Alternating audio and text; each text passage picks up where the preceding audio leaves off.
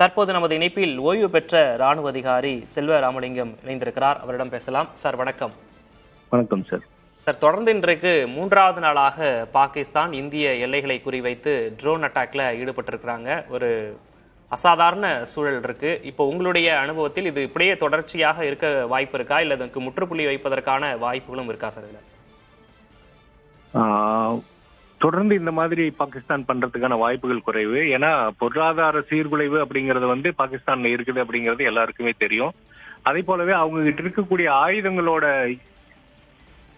எண்ணிக்கையும் நம்ம கணக்கில் எடுத்து பார்த்தோம். அது அப்படின்னு பார்க்கும்போது அதுவும் ரொம்ப குறைவா தான் இருக்கு.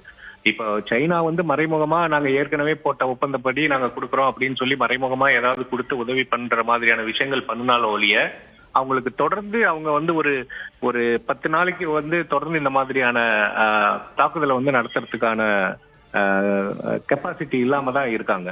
ஸோ அதனால இது பெரிய அளவுல நீடிக்கும் அப்படிங்கறத நம்ம கருத்தில் கொள்ள முடியாதுன்னு தான் நான் நினைக்கிறேன். சார், இப்போ தொடர்ச்சியான ஒரு நிதி நெருக்கடி, அப்புறம் இந்தியாவோட கம்பேர் பண்ணும்போது எல்லா விஷயங்களையுமே அவங்க பாகிஸ்தான் கம்மியாக தான் இருக்காங்க. ராணுவ பலமா இருக்கட்டும், அந்நிய செலவணி கையிருப்பா இருக்கட்டும், எல்லா விஷயங்களையுமே மிகப்பெரிய ஒரு வலுவான நிலையில இந்தியா இருக்கு. அப்படி இருக்கும்போது இப்ப தொடர்ச்சியா இது போன்ற ஒரு சீண்டல்கள்ல அவங்க ஈடுபடுவதற்கு என்ன காரணம் சார்? இது ஒரு அச்சத்தை ஏற்படுத்தணும்ன்ற ஒரு நோக்கம் மட்டும்தானா, இல்ல வேற ஏதாவது பின்னணியில இருக்க வாய்ப்பு இருக்கா? கண்டிப்பா. இப்போ பாகிஸ்தானோட வரலாறு எடுத்து பார்த்தோம் அப்படின்னா 1999 கார்கில் வார்ல இருந்தே அது நம்ம பார்க்கலாம். எப்படின்னா அதுக்கு முன்னாடி இருந்தே பார்க்கலாம். ஒரு அரசியல் தலைவர் இருப்பாரு, அதுக்கப்புறம் ஒரு ராணுவ கிளர்ச்சி இந்த மாதிரி நடக்கும். அதுக்கு ஒரு தாக்குதல் எதையாவது குறிப்பா இந்தியா மாதிரியான நாடுகளை தாக்குவாங்க.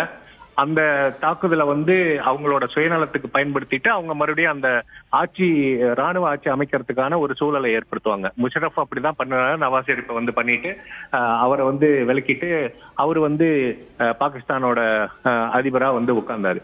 அதே ஒரு சூழலை தான் நான் இப்ப பாக்குறேன். இப்ப அந்த கார்கில் போர் எக்ஸ்டெண்ட் ஆனதுக்கு காரணமே முஷரப் அந்த நாட்டினோட ஒரு ராணுவ தளபதியா இருந்தவர் ஒரு நாட்டோட அரசியல் தலைவரா ஆகணும் அப்படின்னு ஆசைப்பட்டு தான் அந்த எக்ஸ்டெண்ட் பண்ணி நிறைய அவங்க நாட்டு ராணுவ வீரர்களே அவரு கொண்டாரு. சோ அந்த மாதிரிதான் இப்ப நான் பாக்குறேன். இப்ப இருக்கக்கூடிய ராணுவ தளபதியான முனீர் அதே ஒரு நிலைப்பாடை எடுக்கிறாரோ அப்படிங்கிற நிலை தான் எனக்கு பார்க்க தோணுது.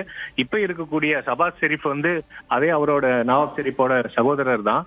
இதே நிலை தான் இப்ப இந்த ராணுவ தளபதியும் இந்தியாவுக்கு எதிரான தாக்குதலை நடத்தி ஷபாஸ் ஷெரீப்பை ஒரு இக்கட்டான சூழலுக்கு கொண்டு போய் மறுபடியும் அதே மாதிரி ஒரு ராணுவ ஆட்சி அமைச்சு அவரு தன்னை பாகிஸ்தானோட தலைவரா ஆக்கிக்கணும் அப்படிங்கிறதுக்கான ஒரு செயல்பாடா தான் இதை பண்றாரோ அப்படின்னு சொல்லி நான் பாக்குறேன். இப்போ இவ்வளவு உள்நாட்டு நெருக்கடி இருக்கு, பல்வேறு பிரச்சனைகளை அவங்க எதிர்கொண்டு வரக்கூடிய நிலையில, இது மாதிரி தொடர்ந்து சீண்டல்கள் இருக்கக்கூடிய நிலையில இப்ப இந்தியா இன்னும் வலுவான நெருக்கடியை அவங்களுக்கு கொடுக்கணும் அப்படின்ற ஒரு நிர்பந்தத்துக்கு நம்ம இப்ப தள்ளப்பட்டிருக்கோமோ?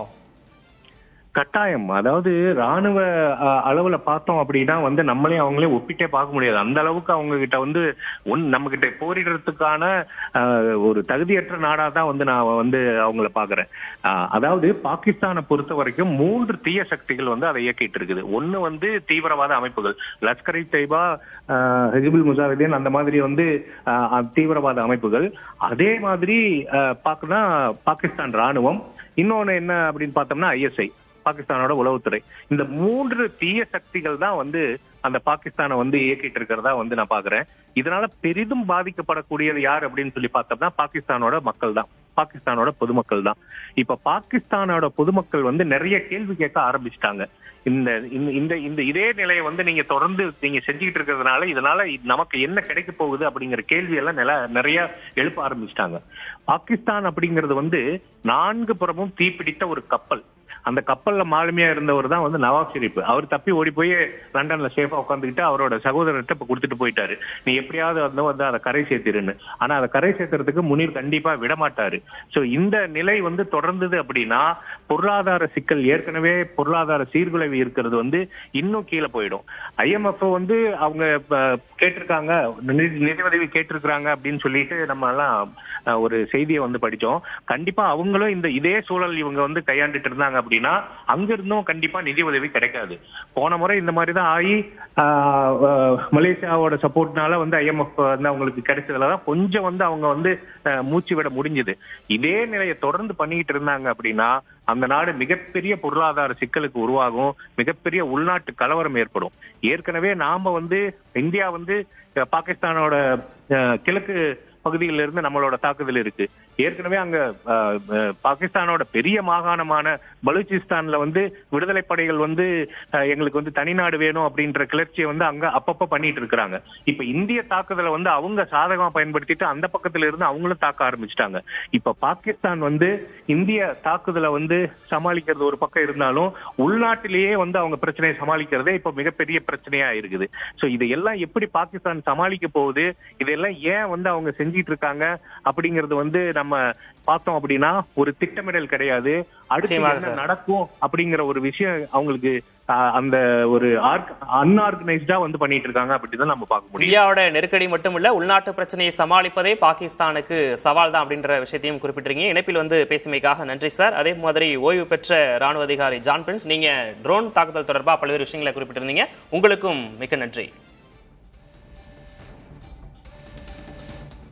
மேலும் பல அண்மை செய்திகளுக்கு தொடர்ந்து இணைந்திருங்கள் புதிய தலைமுறையோடு.